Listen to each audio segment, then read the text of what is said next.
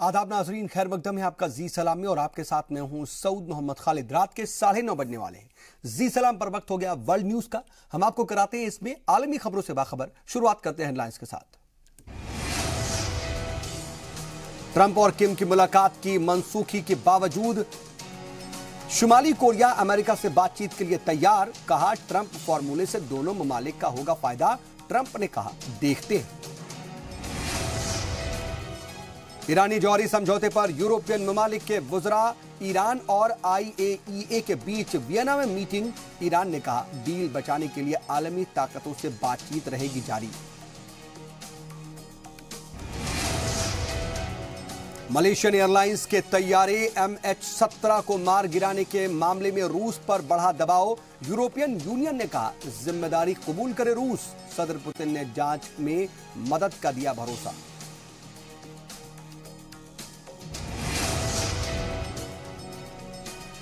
Canada के Ontario में एक हिंदुस्तानी रेस्टोरेंट में हुआ धमाका। 15 लोग जख्मी, 3 की हालत नाजुक। पुलिस ने जारी की नकाबपोशों की तस्वीर। और आयरलैंड में एबॉर्शन कानून में तब्दीली के लिए रेफरेंडम। लोगों ने बढ़ चढ़ करके डाला वोट। खत्म हो सकती है एबॉर्शन पर पाबंदी।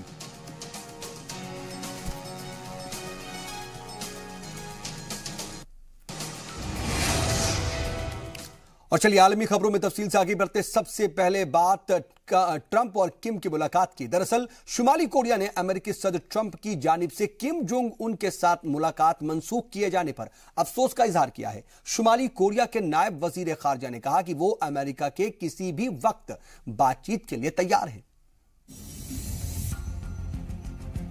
अमेरिकी सदर डोनाल्ड ट्रंप और किम जोंग के बीच मुलाकात पर पूरी दुनिया की निगाहें टिकी हुई थी कि अचानक ट्रंप ने 12 जून को सिंगापुर में शुमाली कोरियाई लीडर किम जोंग उन के साथ होने वाली मुलाकात को मंसूख करने का ऐलान कर दिया है।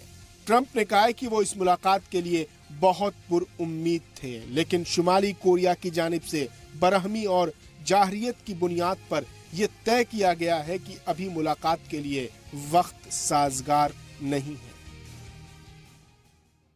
Based on the recent statement of North Korea, I have decided to terminate the planned summit in Singapore on June 12th. While many things can happen and a great opportunity lies ahead potentially, I believe that this is a tremendous setback for North Korea and indeed a setback for the world. वहीं शुमाली Korea ने Trump की जानिब से Kim Jong Un के साथ मुलाकात मंसूख किए जाने पर अफसोस का इजहार किया है। शुमाली कोरिया के नायब वजीर खारजा किम काएगवान ने कहा कि वो अमेरिका से किसी भी वक्त बातचीत के लिए तैयार हैं। कोरियाई न्यूज एजेंसी KCNA पर शाया बयान में कहा गया है कि शुमाली कोरिया की क़यादत अपने जौहरी प्रोग्राम के मामले में ट्रंप फार्मूले की उम्मीद रखती है। वहीं चीन ने कहा है कि दोनों ममालिक को बातचीत के जरिए आपसी मसला सुलझाना चाहिए ताकि मुस्तकबिल में मज़ाकरात के रास्ते खुले रहें। कोरियाई जजीरे में न्यूक्लियर इशू पर अमेरिका और शुमाल कोरिया के बीच मज़ाकरात जारी रहनी चाहिए। कोरियाई जजीरे को जौहरी हथियारों से पाक करने के लिए ये जरूरी है। मौजूदा हालात में हमें उम्मीद है कि अमेरिका शुमाल कोरिया जब्त रखेंगे और भरोसा कायम करेंगे ताकि बातचीत का सिलसिला जारी रह सके। उधर रूस ने सेंट पीटर्सबर्ग में फ्रांस के सदर इमैनुअल मैक्रों के साथ मुश्तरका प्रेस कॉन्फ्रेंस से खिताब करते हुए ट्रंप की मुलाकात रद्द होने पर अफसोस का इजहार किया। उन्होंने कहा कि इस बातचीत से कोरियाई जजीरे में अमन कायम करने में मदद मिलती। वहीं फ्रांसीसी सदर मैक्रो ने कहा कि बातचीत का सिलसिला बंद नहीं होना चाहिए।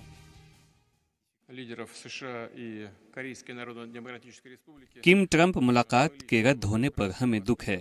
मुझे उम्मीद थी कि इस मुलाकात से कोरियाई जजीरे जौहरी हथियारों से पाक होगा और वहां अमन कायम होगा। मुझे उम्मीद है कि बातचीत जारी रहेगी और मुस्तकबिल में मीटिंग भी होगी।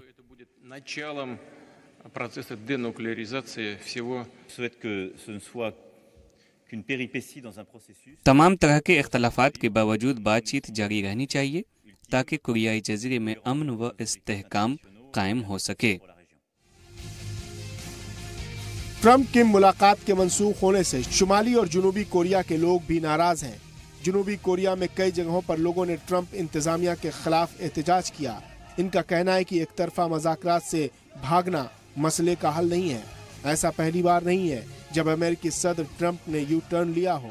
माहिरीन का कहना है कि ट्रंप अपने गैर मुतवक्के फैसले के लिए जाने जाते हैं। किम से अपनी मुलाकात रद्द करके ट्रंप ने शुमाली कोरिया पर गैर मामूली दबाव बनाया है ताकि वो प्योंगयांग से अपनी शर्तों पर बात कर सकें। ब्यूरो रिपोर्ट, जी सलाम। और आपको बता दें कि अब से कुछ ही देर पहले अमेरिकी सदर ट्रंप ने एक बार फिर से शुमाली कोरिया से बातचीत के इशारे दिए हैं। क्या कुछ कहा ट्रंप ने, वो आपको सुनवाते हैं। We'll see what happens. It could even be the 12th. We're talking to them now. They very much want to do it. We'd like to do it. We're going to see what happens. Everybody plays games. You know that. You know that better than anybody. What does North Korea need to do for you to get back? I don't know. I'm not familiar with the case, but it's really too bad. It's really too bad. North Korea? He's doing great. Right there. He's doing great. Just looking at us. Right there.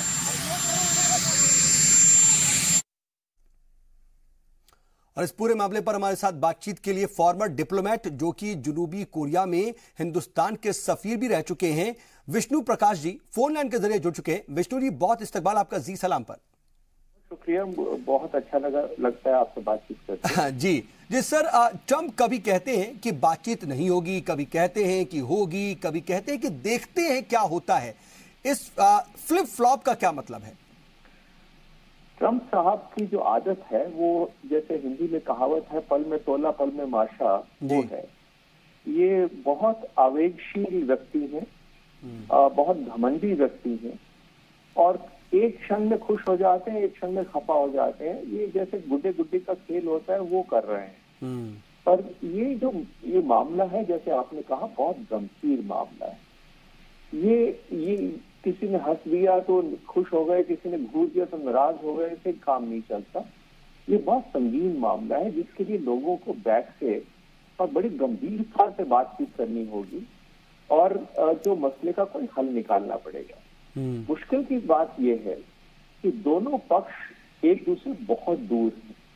तो America चाहता है कि north Korea अपने परमाणु हथियार सीधे ही छोड़ दे, सबसे पहले छोड़ दे और उसके बाद वो उनसे कुछ करेंगे। नॉर्थ कोरिया जानता है कि अगर परमाणु हथियार छोड़ दिए तो अमेरिका उनको तबाह कर देगा। वो जानते हैं कि लीबिया के साथ क्या हुआ था, इराक के साथ क्या हुआ था। उन्होंने इतिहास से, तारीख से बहुत कुछ सीखा हुआ है। तो ये एक 70 साल से दोनों देशों में मतभेद है और बड़ा जबरदस्त मतभेद है। तो ये एक मिनट में और या एक दिन में या 4 दिन में दूर नहीं हो सकता। इसके लिए सालों लगेंगे एक दूसरे के प्रति विश्वास बनाने के लिए, और ये धीरे धीरे आगे बढ़ेंगे तब तो कुछ सफलता हासिल होगी। लेकिन सर ये होता नहीं है, ये फ्लिप फ्लॉप जो है उनका नजर आ रहा है। लेकिन सर क्या जो ये फ्लिप फ्लॉप है, दरअसल क्या अमेरिका शुमाली कोरिया पर प्रेशर टैक्टिक अपना रहा है? क्या ट्रंप अपनी शर्तों पर किम से बात करना चाहते हैं? देखिए, सारी जो 30-70 साल से नॉर्थ कोरिया पे विश्व का दबाव बना हुआ, हर राष्ट्रपति ने उनको धमकाया है, हर देश ने उनको धमकाया है। वो धमकियों में आने वाले नहीं है। वो जानते हैं कि उनका अस्तित्व जो है वो परमाणु हथियार और मिसाइल पे निर्भर है। जब तक उनके पास अपने आप को सुरक्षित करने के लिए हथियार होंगे तब तक उनका कोई कुछ नहीं बिगाड़ सकता। वो एक जो जैसे ट्रंप साहब कहते हैं कि मैं जो डील दूंगा उससे नॉर्थ अमेरिका कोरिया बड़ा अमीर हो जाएगा, बड़ा खुश हो जाएगा, मैं माफी चाहूंगा कि इस तरह से काम नहीं होगा।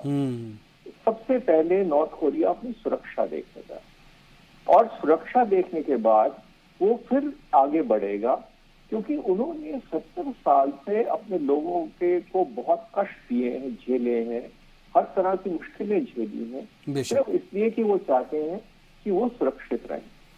और ये जो ट्रंप साहब के साथ जो जुड़े हुए और लीडर हैं, इनकी तो इन्होंने सदैव यही कहा है कि साहब हम तो इस नॉर्थ कोरिया के रिजीम को गिराना चाहते हैं, चाहे इनके विदेश मंत्री हैं, चाहे इनके नेशनल सिक्योरिटी एडवाइजर हैं, सबके सब का यही कहना है, और ये नॉर्थ कोरिया भी जानता है।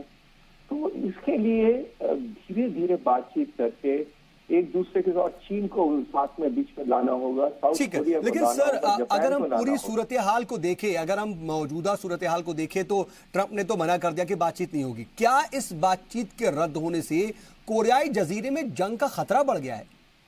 मेरे ख्याल में जंग का खतरा बिल्कुल नहीं बढ़ा है जी। मेरे ख्याल में तो नॉर्थ कोरिया ने अपने आप को जिस तरह से उन्होंने ये खेल खेला है, उन्होंने अपने आप को ये जनता की नजरों में, साउथ कोरिया की नजरों में, विश्व की नजरों में वो बड़ी अच्छी तरह दिखते जा रहे हैं। वो एक रीजनेबल मुल्क लग रहा है, वो एक बड़ा रिस्पॉन्सिबल मुल्क लग रहा है। देखिए, जो उन्होंने करना था वो उन्होंने सब कुछ किया। उन्होंने कहा कि हम कोई अभी ये टेस्ट नहीं करेंगे, उन्होंने नहीं किए। उन्होंने कहा हम टेस्ट साइट को बिल्कुल तबाह कर देंगे, उन्होंने कर दिया। तो उन्होंने जो अपनी तरफ से करना था वो किया। अब नॉर्थ को अगर अमेरिका के सदर ये चाहें कि साहब हम कहेंगे कि आप ये कीजिए और या हमारी बात मानिए, नहीं तो नहीं ये बात होगी, तो ऐसे एक तरफा से तो नहीं होगा। तो जब भी कोई देशों में समझौता होता है तो तभी होता है कि थोड़ा मैं आगे बढ़ूं, थोड़ा आप आगे बढ़े। बेशक, और ये बात ट्रंप को भी समझनी चाहिए, क्योंकि वो सीधे ताव में आकर के इस तरह से काम करते हैं, वो ठीक नहीं, जैसा कि आप कह भी रहे हैं। सर वक्त इजाजत नहीं दे रहा, इसलिए इस बातचीत को आगे नहीं बढ़ा पाएंगे। आप हमारे साथ जुड़े और वक्त निकाला, इसके लिए आपका बहुत बहुत शुक्रिया। इधर शुमाली कोरिया ने अपनी बात पर कायम रहते हुए अपने जौहरी तजर्बाह गाह को गैर मुल्की साफियों की मौजूदगी में धमाके से उड़ा दिया। और बता दें कि शुमाली हैमयोंग सूबे में वाक़े पुंगेरी री में शुमाली कोरिया के जौहरी हथियार प्रोग्राम का ये अहम मुकाम माना जाता है और यहीं पर ये धमाके करके इन्हें उड़ा दिया गया। पिछले 2 साल में शुमाली कोरिया ने पुंगेरी जौहरी साइट पर 5 जौहरी तजर्बे किए थे। इसमें सबसे ताकतवर हाइड्रोजन बम का तजर्बा भी शामिल था। यह जौहरी साइट 1000 मीटर से ज्यादा ऊंचे पहाड़ से घिरा हुआ है और जमींदोज ग्रेनाइट चट्टानों के नीचे बना हुआ है, लेकिन अब इसे बंद कर दिया गया। आपको बता दें कि 12 मई को किम जोंग उन ने बयान दिया था कि अगर मौसम ठीक रहा तो 23 से 25 मई तक जौहरी टेस्ट सेंटर को पूरी तरह से बंद कर देंगे। रुकेंगे एक छोटे से ब्रेक के लिए, जल्द होते हैं हाजिर।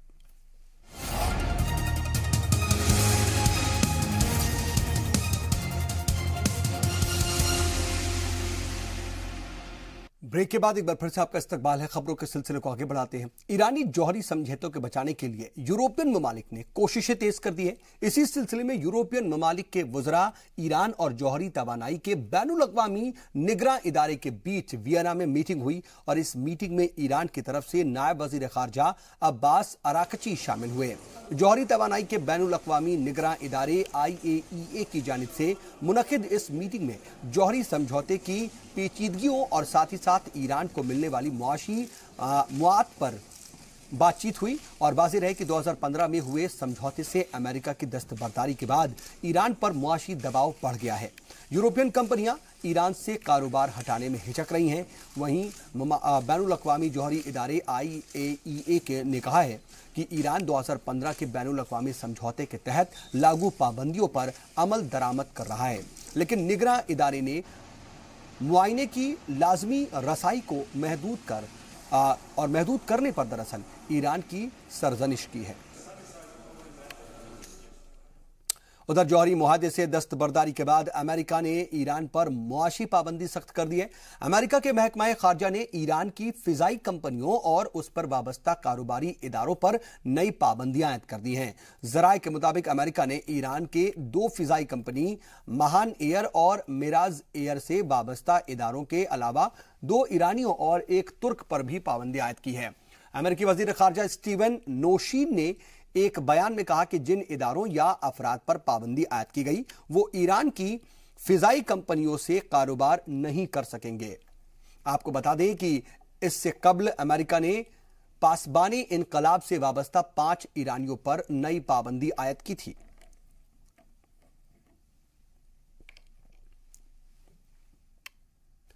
और 2014 में मलेशियन एयरलाइंस के तैयारे MH17 को मार गिराने के मामले में रूस पर दबाव बढ़ते जा रहा है। दरअसल यूरोपियन यूनियन और फ्रांस ने रूस से मुतालबा किया है कि वो मलेशियन एयरलाइंस की परवाज MH17 की तबाही की जिम्मेदारी कबूल करते हुए जांच में पूरी मदद करे। इससे कबल बैनुल अक़वामी तफ्तीशकारों ने कहा था कि इस तैयारे की तबाही रूसी फौज के एक ब्रिगेड की जानिब से दागे गए मिसाइल के नतीजे में हुई थी।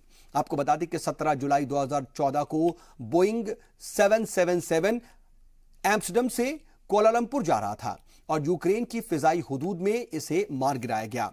इस हादसे में तैयारे में सवार 298 पैसेंजर्स मारे गए थे और इस हादसे के लिए रूस और यूक्रेन ने एक दूसरे पर इल्जाम लगाया था, लेकिन अब साफ हो गया है कि इस तैयारे को रूसी मिसाइल ने मार गिराया था। वहीं रूस के सदर व्लादिमीर पुतिन ने यह कहा है कि वो इस जांच रिपोर्ट को देखेंगे। उन्होंने जांच में मदद का भरोसा भी दिया है। हॉलैंड की तहकीकाती रिपोर्ट में क्या सामने आया है हमने नहीं देखा है। हम जांच में पूरी तरह मदद के लिए तैयार हैं। हम रिपोर्ट को एग्जामिन करेंगे। इधर लीबिया के बेंगाजी शहर में हुए एक कार बम विस्फोट में 7 अफराद की मौत हो गई, जबकि 20 से ज्यादा लोग जख्मी हो गए। बेंगाजी के मुश्तरका सिक्योरिटी अफवाज के तर्जुमान तारिक अल खराज ने कहा कि धमाका देर शाम तिबिस्ती होटल के पास जमाल अब्दुल नासिर सड़क पर हुआ। आप देख सकते हैं कि धमाकों के बाद का नजारा क्या है। इसमें कई जलती हुई गाड़ियां और सड़क पर चारों तरफ तबाही के मंजर नजर आ रहे हैं। फिलहाल किसी तंजीम ने हमले की जिम्मेदारी कबूल नहीं की है। बेंगाजी लीबिया का दूसरा सबसे बड़ा शहर है। इसे अक्सर कार बम धमाके और खुदकुश हमलों का निशाना बनाया जाता है।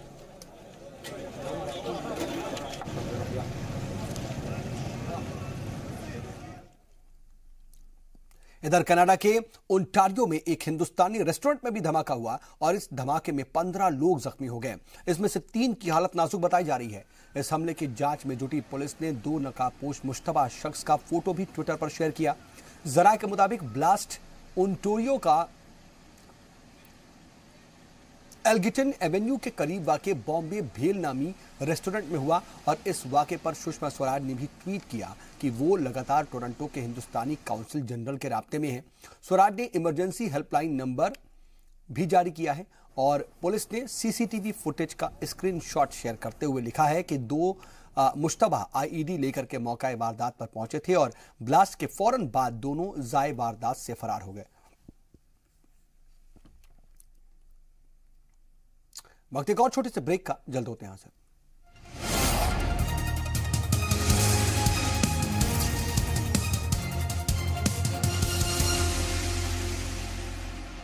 ब्रेक के बाद एक बार फिर से आपका इस्तकबाल है। खबरों के सिलसिले को आगे बढ़ाते हैं। मगरबी बंगाल के शांति निकेतन में विश्व भारती यूनिवर्सिटी के कॉन्वोकेशन में पीएम नरेंद्र मोदी और बांग्लादेश की वजीर आजम शेख हसीना ने शिरकत की। शेख हसीना ने कहा कि बांग्लादेश चाहता है कि अब जितना जल्दी हो सके रोहिंग्या पनाहगुजीन अपने मुल्क वापस लौटे। उन्होंने कहा कि रोहिंग्या बहरान से निपटने के लिए हिंदुस्तान भी म्यांमार से बात करवाने में मदद करे। बता दें कि कॉन्वोकेशन के बाद पीएम नरेंद्र मोदी और शेख हसीना ने 25 करोड़ रुपए की लागत से बने बांग्लादेश भवन का भी इफ्तिताह किया। पीएम ने इस मौके पर कहा कि शायद यह पहला मौका है जब किसी कॉन्वोकेशन में 2 मुल्कों के पीएम पहुंचे हैं। उन्होंने कहा कि हिंदुस्तान और बांग्लादेश एक दूसरे से बहुत कुछ सीख सकते हैं। यहां हमारे बीच में बांग्लादेश की प्रधानमंत्री शेख हसीना जी भी मौजूद हैं। शायद ही कभी ऐसा मौका आया हो कि एक कॉन्वोकेशन में 2 देश के प्रधानमंत्री मौजूद हो। भारत और बांग्लादेश 2 राष्ट्र हैं, लेकिन हमारे हित एक दूसरे के साथ समन्वय और सहयोग से जुड़े हुए हैं। कल्चर हो या पब्लिक पॉलिसी, हम एक दूसरे से बहुत कुछ सीख सकते हैं। इधर मलेशिया के साबिक वजीर आजम नजीब रज्जाक के खिलाफ बदउनवानी के मामले में पुलिस कार्रवाई जारी है। मलेशियाई पुलिस के मुताबिक उसने रज्जाक के एक आलीशान अपार्टमेंट में छापा मारकर करीब $30 मिलियन यानी कि करीब 204 करोड़ रुपए जब्त किए हैं। इसके अलावा 284 बक्से भी बरामद हुए हैं। पुलिस को इन बक्सों में डिजाइनर बैग्स और उन बैग्स में नकदी और महंगी घड़ियां मिली हैं। पुलिस ने गुज़िश्ता हफ्ते नजीब रज़्ज़ाक के घर, दफ्तर समेत कई ठिकानों पर छापे मारे थे। बता दें कि इसी महीने की शुरुआत में मलेशिया में हुए आम इंतखाबात में नजीब रज़ाक की पार्टी हार गई थी, जबकि साबिक पीएम महातिर मोहम्मद की ज़ेरे क़यादत नेशनल फ्रंट इत्तेहाद को जीत मिली थी। इसके बाद से ही मलेशियाई पुलिस ने रज़ाक के खिलाफ कार्रवाई शुरू कर दी थी। आयरलैंड से खबर, जहां पर एबॉर्शन कानून में तरमीम के मुद्दे पर रेफरेंडम में आज लोगों ने वोटिंग की। इस रवायती कैथोलिक मुल्क को यूरोप के कुछ कड़े एबॉर्शन कानून को लचीला बनाना चाहिए या नहीं, अपनी वोटिंग के जरिए लोग इसका फैसला करेंगे। हिंदुस्तानी खासतौर पर मूल के हामला खवातीन सविता हल्पनावर को एबॉर्शन की इजाजत नहीं मिलने पर उसकी मौत हो गई थी और इसके बाद से ही दरअसल एबॉर्शन कानून में तरमीम के लिए आयरलैंड में मुहिम चल रही है। आपको बता दें कि आयरलैंड में सख्त एबॉर्शन कानून है। जानबूझकर हमल गिराने वालों को 14 साल तक जेल की सजा का प्रोविजन है। आपको बता दें कि आयरलैंड एक कैथोलिक मुल्क है जहां चर्च भी नहीं चाहती कि एबॉर्शन कानून में कोई तरमीम हो। हुकूक इंसानी इदारे भी एबॉर्शन कानून खत्म करने के खिलाफ है। और हॉलीवुड अदाकारा के जिनसी इस्तेहसाल के इल्जामात से घिरे हॉलीवुड प्रोड्यूसर और डायरेक्टर हार्वे वाइनस्टीन ने न्यूयॉर्क पुलिस के सामने सरेंडर कर दिया। पिछले साल ही उन पर अदाकारों के साथ करीब 70 खवातीन ने रेप और छेड़छाड़ के इल्जाम लगाए थे। इन खुलासों के बाद ही पहले हॉलीवुड और उसके बाद पूरी दुनिया में मी टू मुहिम बड़े पैमाने पर शुरू हुई थी और इस मुहिम के तहत कई खवातीन सोशल मीडिया पर अपने साथ हुए जिनसी इस्तेहसाल का खुलासा कर चुकी हैं। बता दें कि वाइनस्टीन हॉलीवुड के बड़े प्रोड्यूसर्स में से शुमार किए जाते हैं। वो मशहूर मीरा मैक्स स्टूडियो के को फाउंडर भी हैं।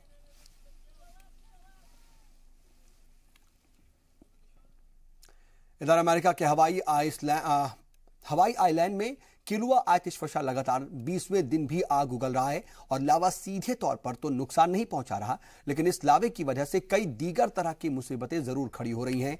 सिविल डिफेंस डिपार्टमेंट के मुताबिक जहां लावा समंदर में मिल रहा है उसके आसपास 1000 डिग्री सेल्सियस से ज्यादा गर्म बादल बन सकते हैं और आतिशफशा से मीथेन और सल्फर डाइऑक्साइड निकलने की वजह से पूरे इलाके की हवा भी जहरीली हो गई है।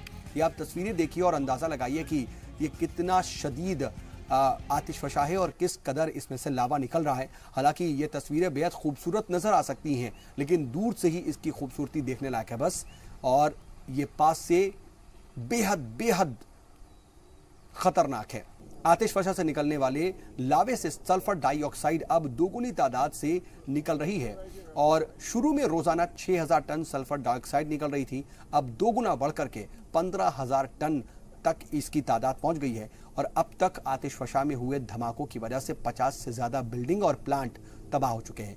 50 मेगावाट के जियोथर्मल प्लांट को भी नुकसान पहुंचा है और इस लावे से 10,360 मुरब्बा किलोमीटर का इलाका मुतासिर हुआ है।